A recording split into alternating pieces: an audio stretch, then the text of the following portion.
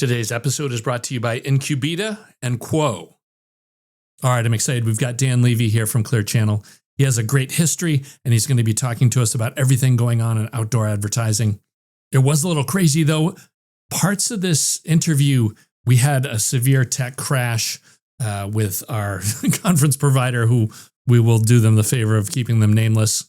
But yes, if you have golden ears, you may notice there's 2 questions here that I had to pull from a backup recording.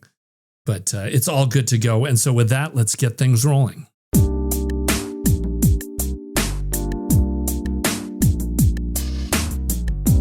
This is Marketing Over Coffee with Christopher Penn and John Wall. Good morning. Welcome to Marketing Over Coffee. I'm John Wall. Today, we're going to outdoor advertising. We usually try to check in every year with somebody who can tell us what's going on in this space, because it's always so interesting as far as things that people are doing in the real world. And it's not just digital ads where it's kind of the same old, well, I'm not going to get into same old fraud and clickbait, but it gets pretty bad. But our guest today, Dan Levy, is from Clear Channel. He's a chief marketing officer there, and he's going to talk to us about what's going on in this space. Dan, thanks for joining us. Thanks for having me, John. I'm excited to be here. All right. So tell us about your story. We've talked in the past about your history and where you came from originally, but what was the road like that got you to Clear Channel? Like, what did you start out with in your career, and what ended up getting you there?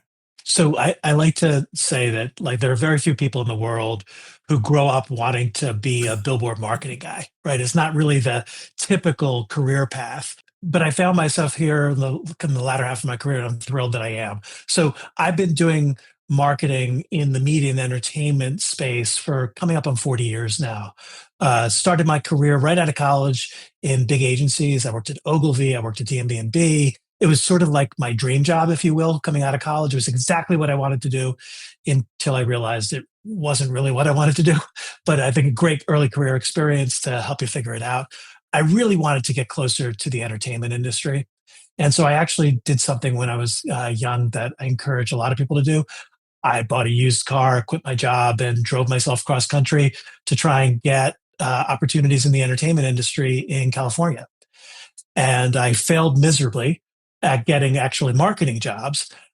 But I ended up falling into the opportunity to do a bunch of creative jobs in production of television shows and movies and things like that, which is really important for me in my development as a professional, because it tapped into the creative side of my brain and gave me visibility into things that I just hadn't had access to before.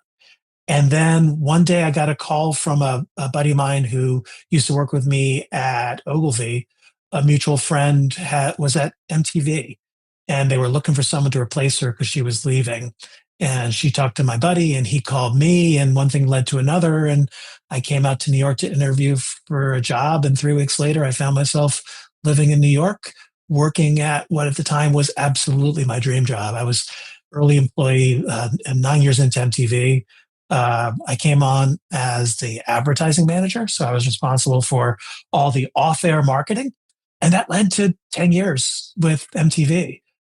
First 5 were in the US, primarily working with advertisers and sponsors to help them activate their brands in MTV programming and events, Video Music Awards, spring break, all kinds of fun things like that. And then they approached me and wanted to know, would I be interested in moving to Singapore to help launch MTV Asia? Not knowing that my wife spent some of her childhood years living in Thailand. We had honeymooned in Asia. It was a part of the world that we had a real connection to. So still to this day, the easiest conversation I've had with my wife was when I came home and said, what do you think about moving to Asia? And she said, yes. So no discussion, no questions, anything. So we ended up packing up and moving to Singapore. And I helped launch MTV's business in Asia, was responsible for marketing for the first 3 years there, across 10 different markets. And then transitioned into more of a sales role where I was running a new business development team that focused on licensing of the intellectual property, development of relationships to create consumer products and things like that. So very, very different approach, but it really gave me some good sales chops and an understanding of revenue generation. Moved back to the States in 2000, sort of fell into a role as, if you will, a fixer and a builder. So I was hired by a series of small to mid-sized companies that were all looking for either someone to turn around a marketing team or help them step on the gas and drive faster growth. Through that process, I worked for some small companies that don't exist anymore. I got an opportunity actually to join a very different type of organization, which was World Wrestling Entertainment, where I was hired as VP of marketing and eventually became SVP of marketing, oversaw all the marketing there to help drive everything from ticket sales to tune into their television shows to pay-per-views online. It was fascinating experience working with an amazing brand, but a very unique business. Learned a ton. And then when I left there, I sort of found my way unintentionally into out of home. I was recruited to join a company that had a media business where they sold ads in gyms and fitness clubs and bars and restaurants and things like that. And they brought me on to help them build their digital media. So it actually wasn't a marketing job.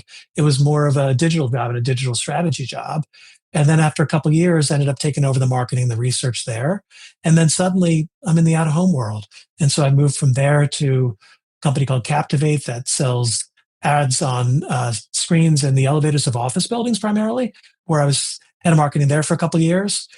Left there to do consulting for a year, which I loved, working with technology companies and companies in the out-of-home space to help them modernize their business and embrace a data-driven approach to their business as opposed to a location-driven approach.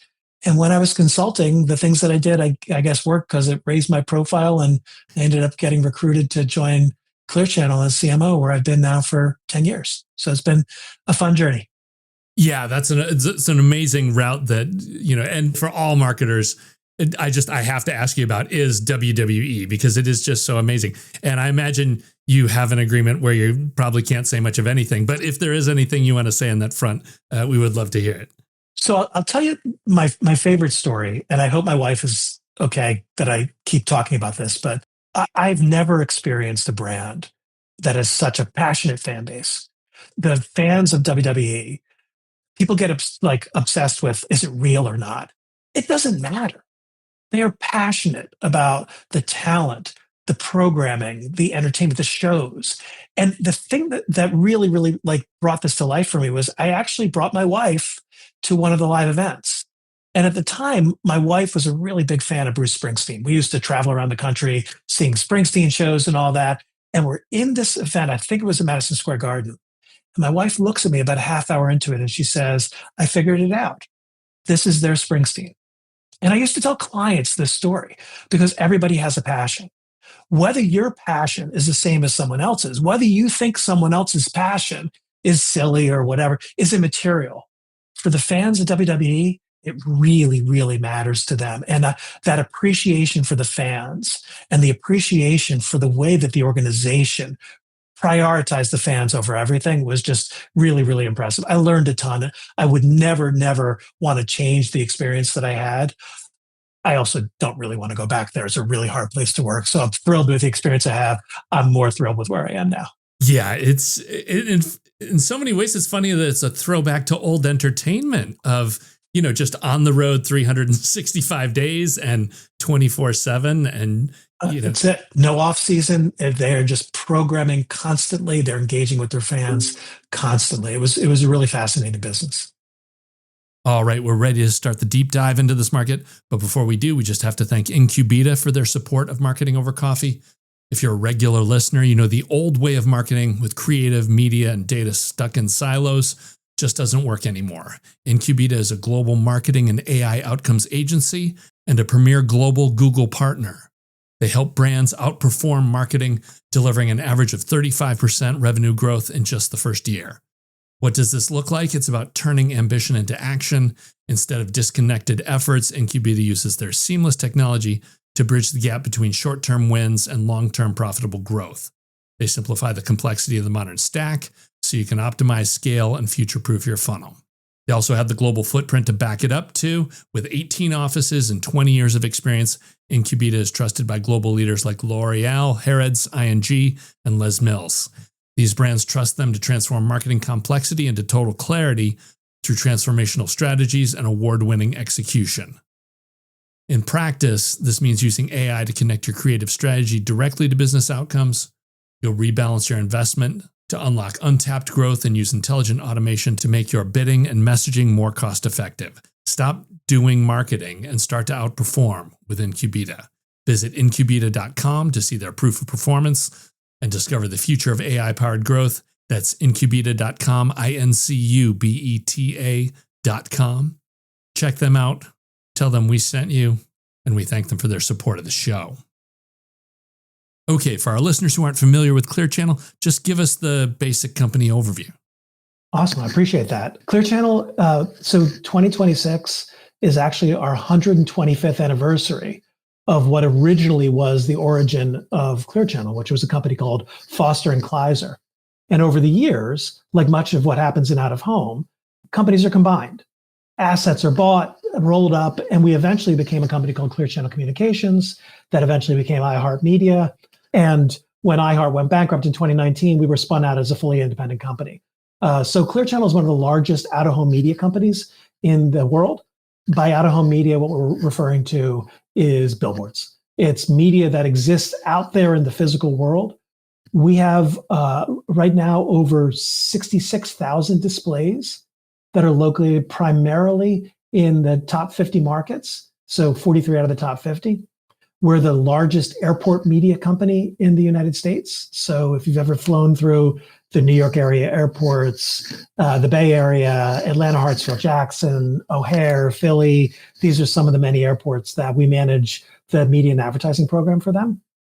And we reach over 120 million Americans every week across all of our assets. So we're a real large scaled business that helps a combination of both local advertisers and national advertisers. Roughly 65% of our revenue comes from our local markets. So we're inherently a local business, but we have a national footprint that allows large national brands like Disney and Netflix and the automotive companies and Verizon, all the other telcos, pharmaceutical companies to leverage the scale and impact of out of home by working with a single partner. Our show, we've always had deep roots into B2B and tech, so we've always watched airports. So I do have to ask you, as far as just the airport front, like what's going on there? Is there anything new we need to be aware of? And what's the state of that? So our airports team has just done a phenomenal job over the years, not just like managing the partnerships with the airports, but reinventing what you can expect from a media experience in airports.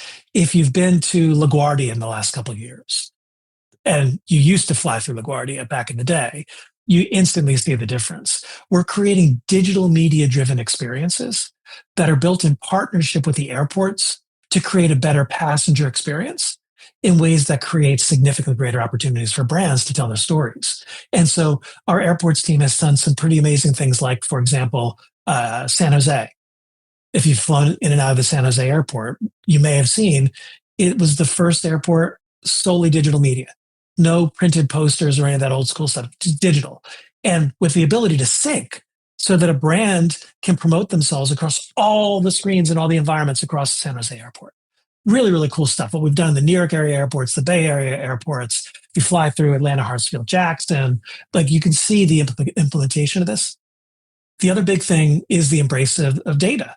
So we do a lot of B2B advertising at airports, right? And what I like to say to our clients is those B2B decision makers, those IT decision makers, AI decision makers that you're trying to reach in airports, you realize there's still B2B decision makers, IT decision makers, AI decision makers when they're taking their kids to school, right? We're trying to change it. So it's not about the environment solely, but about an understanding of the audience you reach in that environment and how we can help you reach them, not just when they're there. Because again, we have data solutions to understand not just the audiences reached in airports, but we use data sources that help us get to an understanding of origin and destination.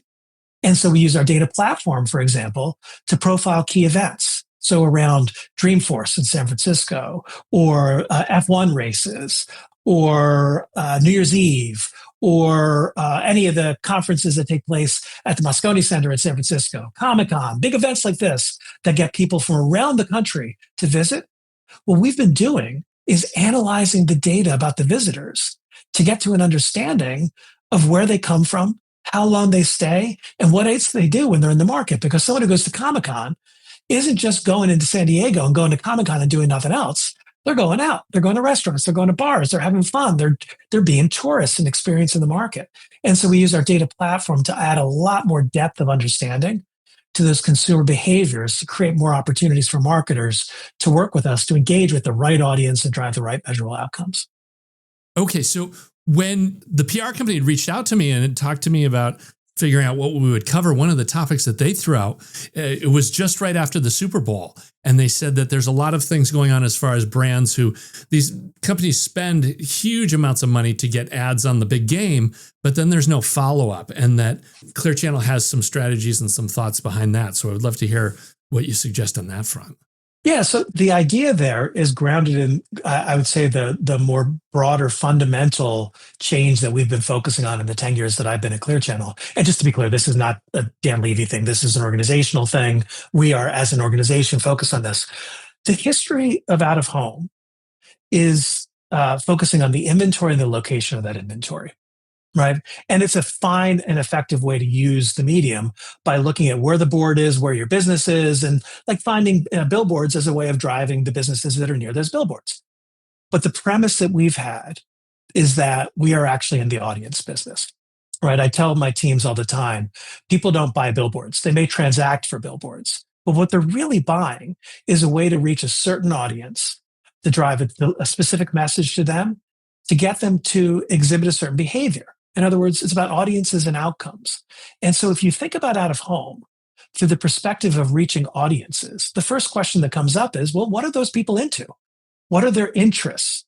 And when you look at the fandom around sports, when you look at the connections between brands and that fandom, it just seems like such a missed opportunity to spend all this money on an event or a team sponsorship and running an ad to then high five and say, well, that was great, and let's move on. And so what we do is we work with brands to say, help us understand who you're trying to reach. Who's your customer? What are you trying to get them to exhibit in terms of activation of that fandom? Why is the Super Bowl? Why is F1? Why is FIFA coming up important to your brand? And then what we help them do is understand how else to reach those fans, where else to reach those fans. And then how do you engage with them to make sure that that investment that you've made, whether that's in a Super Bowl ad or being a sponsor of the New York Mets or being a sponsor or a brand that activates around World Cup or F1, how do you help them get the most value out of that by continuing that conversation, by making sure that those fans that have been exposed to your ad on the TV broadcast or in the stadium are also seeing that association. You're continuing that going to make sure that you're getting the most value out of that investment. But we also take it a step further, which is to say, well, what do you want them to do? And we have data solutions, which we can dive into in more detail, to help advertisers understand when you engage with someone in out of home, are they actually exhibiting the behavior you want them to? Are they going to the store? Are they going to your website? Are they downloading the app? Are they watching the TV show? We can connect behavior post exposure to out of home in a way that helps an advertiser understand not whether they should buy billboards or not, but the value that out of home that billboards can provide, and continuing that engagement with consumers in a way that helps you understand how do you move them further down that conversion funnel. It's about thinking about out of home, not in a silo, but as more of a strategic, integrated part of your overall mix. Yeah. And how do you guys put that together? Is it a matter of kind of all the campaigns and everything go through Clear Channel systems and the tracking's in over there? Or do you actually even plug into the customer systems? How does that usually work? So we've been in market now for just under 10 years with a data product we have. We call it Radar. Radar is a data platform that helps advertisers understand where people go and what they do in the physical world, and the role that out of home plays in influencing people's behaviors and attitudes when it comes to the brands that are advertising. In other words, it's about mobility, audiences, and measured outcomes. It's driven by mobile location data. So when you download an app, I'm an iPhone guy, so I'll use the iPhone experience, but it works the same way on Android. When you download an app that needs to understand your location for it to work, dating apps, weather apps, movement apps, traffic apps, things like that, they ask for your permission to use location services, right? It typically says, do you approve the use of location services always when you're using the app or never? Your choice as a consumer And that opt-in creates an opportunity for the app to analyze your movement. And that app analytics, that movement information, comes from software companies that provide that software to those app publishers. What we've done is created a data solution that leverages that same data ecosystem, that opt-in consumer movement data, to understand when groups of people are exposed to billboards. And I want to be really, really specific about this. It is always in the aggregate. It is always anonymous. We are what we refer to as a one-to-many medium. You're not targeting individuals. We don't know anything about individuals. What we're looking at is audiences, groups of people. And what we do is we use that data in our data platform to profile the groups that are reached by certain billboards, right? We create audiences of people who are exposed to each piece of our inventory and say, what does that audience look like? Are they more or less likely to get their coffee at Starbucks? Do they go to the movies? Are they in the market for a car? We do this by building a fairly robust data platform to give us the ability to analyze people in the aggregate, to understand group behaviors. And then we provide those insights to our customers to help them select the best inventory to reach the audience they want to reach.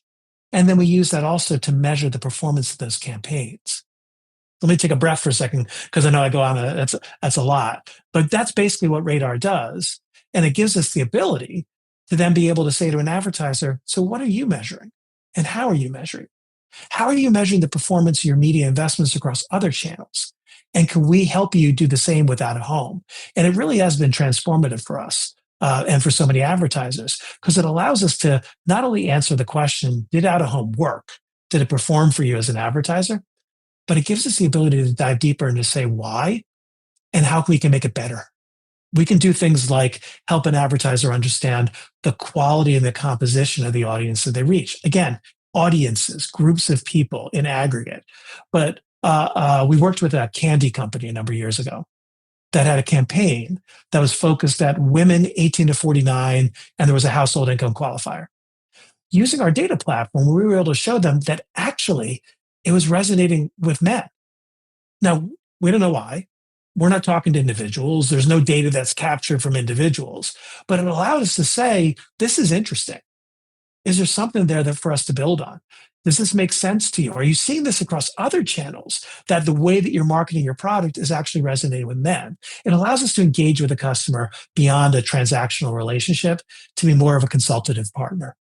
Yeah, well, and especially if there's a mismatch like that, I think it hits on a key point of like, why spend all this money on single shot marketing, when you can get much better ROI if you roll out something over a campaign. But it's a lot more work, right? There's a lot of lazy marketers and there's a lot of people that.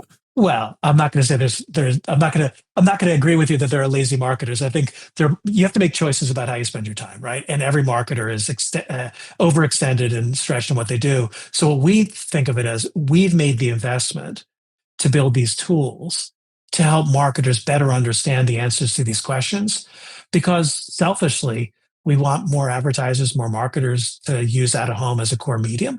And we know that the way that we're going to do that is not by proving that it works, but rather proving that it's incrementally valuable to their existing plans. Because let's be realistic. Marketers are going to prioritize, it's 2026. Marketers are going to prioritize digital media, performance marketing. They're going to continue to be using search, even though search is so highly disrupted right now because of AI. They're going to continue using paid social. They're going to use influencers. Of course, they're going to do those things. I want them to be able to understand when they add out of home to that mix, it actually drives incrementally valuable performance. And that is ultimately what we're trying to solve for. And we're providing to so many advertisers these days. We also want to thank Quo for their support of Marketing Over Coffee. When you're in that level up mindset for your business, it's wild how much of the basic stuff matters, like how you talk to customers and keep your team on the same page. A cleaner, more modern setup can make everything feel smoother, which is why today's episode is sponsored by Quo, spelled Quo, the modern alternative to run your business communications. Quo isn't a phone system, it's a smart system. It automatically logs calls, generates summaries, highlights next steps so nothing gets lost. It can even qualify leads or respond after hours, ensuring your business stays responsible even when you're finally offline. Calls, text, voicemails, transcripts, and contact details all live in one clean view with full context at your fingertips. Your team communicates faster, stays aligned, and delivers a more personal experience. Quo works wherever you are, right from an app on your phone or your computer. It lets you keep your existing number, add new numbers or teammates in minutes, and sync to your CRM. Rely on seamless routing and call flows as your business scales. Yeah, if handling inbound phone calls is part of your workflow and makes the difference for you, you've got to check this out because it just changes the game as far as going from a clunky old phone system to a smart system that can, like we just said, route. You've got history there. You can take advantage of AI. There's all kinds of stuff you can do with this. Make this the season where no opportunity and no customer slips away. Try Quo for free, plus get 20% off your first 6 months when you go to quo.com/MOC. That's QUO.com/MOC. Quo, no missed calls, no missed customers.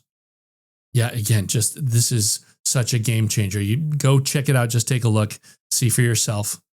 As I was initially talking with them, it took me about 30 seconds. I saw that they've got over 3,000 G2 reviews. They're ranked #1 for business phone system. That was all I needed to see, but if you want to dive in, check out more, you can get rolling today. Again, quo.com/MOC, and we thank them for their support of the show. Okay, you mentioned AI, of course, that's, on everybody's tongue. But how about for the next year? What have you got on your radar as far as things that you're looking at that are disruptive technologies or new approaches to the business, things that you might be rolling out to customers? Kind of what's in your forecast? So our Radar data platform has historically operated when it comes to measurement and attribution of campaign performance. It's typically happened post-campaign. In other words, a client will run an out-of-home campaign for 8 weeks and will provide measurement 4 weeks later to tell them, did it work or not? And what did we learn? Like I said before, like what are the insights we have from it? The challenge with that is they're already on to the next campaign and the budget's already allocated. So selfishly, for Clear Channel in the out-of-home industry, post-campaign measurement is good, but not good enough. For the marketer, it's definitely not good enough because they're prioritizing spend on media types like digital and social and search, where they actually get more timely feedback and timely reporting that they can use to optimize. So in the last year or so, we've rolled out a product that we call In-Flight Insights, which is providing campaign performance measurement while the campaign is still live. And it gives us the ability to actually have conversations about optimization, which is something that I never thought you'd be able to do, is have the word optimization and out of home in the same sentence. But we're actually doing it. We're legitimately doing this. We have a travel tourism client that was running a campaign with us. And the first week of the campaign, we shared with them the In-Flight Insights reporting. And it wasn't scaling in the way that they were hoping. And so it gave us the ability to say, well, why? And we looked at the creative. And it was a digital out-of-home campaign. And so we were able to talk to them and get our creative team involved to quickly make some changes to their creative and their messaging. And what a surprise. The following weeks, the performance started taking off. We're literally working with the client to give them creative consultation to help drive better performance using a tool that actually helped them see that performance was increasing. And so In-Flight Insights is currently focused on retail visitation, if you will, like people's physical movement in the real world and visits to stores and other things like that. We are in beta right now with providing this for both web conversions and brand surveys, so brand health metrics, to be able to report while the campaign's actually running live. And we've taken a similar approach to using the data platform and the tech to bring out something that we haven't formally launched yet, but I'll give you the preview of it.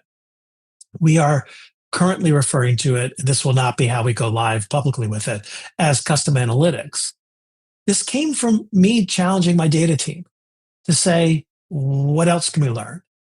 How can we push our data platform? What are some queries that we can put into the data platform to learn about things other than how a campaign's performing for a client? And what the team, they've just done such a phenomenal job of moving quickly and being really smart. We've come up with a way of providing clients with pre-planning insights.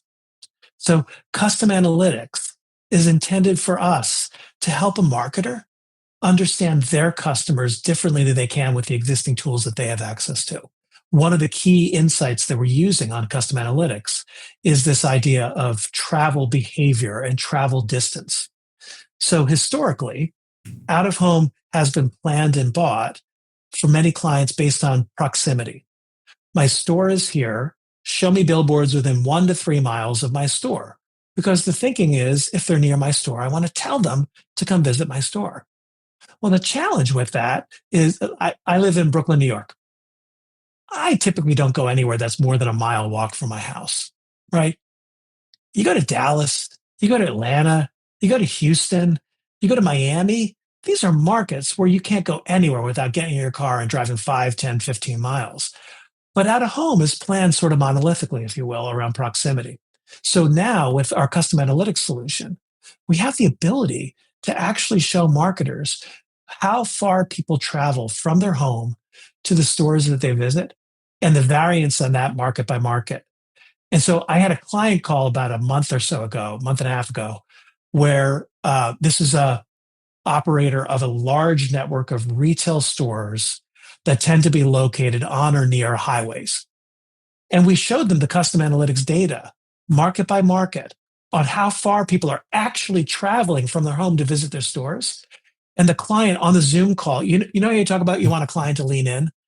The client literally leaned into the camera and said, hold on a second. Is that real data? They didn't believe that you can get to that level of insight into how far people are traveling to visit their stores. And it opened up a completely different conversation with the client about ways they can use out of home, not just to capture people when they're near the stores, but to attract them. And the way that you attract them and pull them in is you raise the awareness of your brand. You create brand awareness and brand preference. So when people get to the point where they actually need your product or service, they're going to make a conscious decision to travel to visit your store versus someone else's. And the classic examples of this are, think about regionally, whether it's In-N-Out Burger in California or Whataburger in Texas or Shake Shack in New York. If you have a choice, you're hungry and you need to get off the highway, and you have a choice of going to what's near that you may not like versus something that's 3 or 4 miles down the road that you really like, you're going to stay on the highway and go 3 or 4 more miles because there's a preference for that brand. And we're trying to recreate that for so many other advertisers and so many other verticals. Custom analytics is a very exciting new tool that we're bringing out over the course of 26 to help more brands understand that, to inform the way that they approach planning for out of home. Another big thing that we're really focused on right now, like in an innovative use of the data and the tools. Marketers are so disrupted today based on the unbelievably rapid impact that AI has had on search. 60% of searches end on the results page, more than a 40% decline in organic click-through rates on search. We all know this. I'm sure you and your guests have been talking about this. Marketers are dealing with this around the world. AI is changing the way that consumers discover brands. We talk about these days that it's not just about being discovered, you also have to be known. And so we're having more and more discussions with brands about the challenges they're having with search and the unpredictability about the search results because of AI, and ways that they can use it out of home to mitigate that and drive better performance. That's really interesting too, because a lot of the AI stuff that we've been kicking around the past couple of weeks talks a lot about trust. There's so many trust problems. And it's just interesting to me though, that having a physical space in your town, that's a level of trust that just can't be matched online in any way. It's exactly it. You're building brand meaning, brand value, brand trust. That absolutely translates down to the way that consumers engage with brands. It's funny, John. I talk with clients about this a lot. 10 years ago, you look at billboard creative, and you would have seen, look us up at www. Right, or a Facebook logo, follow us, and all that kind. You never see that on billboard creative anymore. And I think there's a really reasonable reason why, is because you don't need to. We now have 2 generations and counting of people who have grown up with the notion that if you see something in the physical world and you want to learn more about it, you don't need a URL. You don't need to know what their handle is. You just pull out your phone and you look them up, right? Now you can look them up based on a brand. You can look them up based on a product idea. You can look them up based on a category. And so the more that people are experiencing brands in the physical world and out of home, and the more those out of home advertisers are aligning their strategy around search with their strategy around out of home, the more likely it is that that search will happen in a way that increases the likelihood that they'll find their way to that brand that they know and that they'll trust because they've seen him in the physical world. Okay, as we go out the door, how about anything as far as books, music, movies, something you can recommend to our audience that they either might be entertained by or learn something from? I thought a lot about this question. I love that you end every one with this question. Here's where I've landed. I grew up with David Letterman. I watched all of his shows, daytime to late night to late show and all that. I'm just a huge Letterman fan. I'm so impressed by what Letterman is doing at this later part of his career. His Netflix show, My Next Guest Needs No Introduction, is such a great reminder of the importance and the interest and the value of long-form conversations. He spends an hour talking to athletes, celebrities, politicians in a way that allows you to just get to a deeper understanding of who they are, how they've gone about their life, their career, and all. It just, if you want real good long-form reminder of what a good interview is and how to get a deeper understanding of a person, I can't recommend it high enough. So that's where I've landed. Keep watching Letterman. He's doing great work and doing a great show. Oh, that's rock solid. Yeah.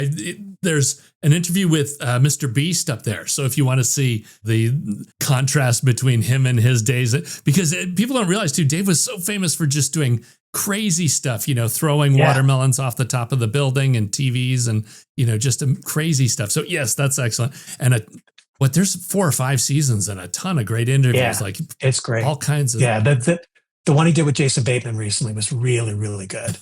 Just a really great way to get to know someone that he's very visible these days. And his podcast, Smartless, is just fantastic. But Dave found a way to get to a deeper understanding of who he is. It was just great. All right. That's great. As always, you can sign up for the text line at 617-812-5494 or for the newsletter over at the website.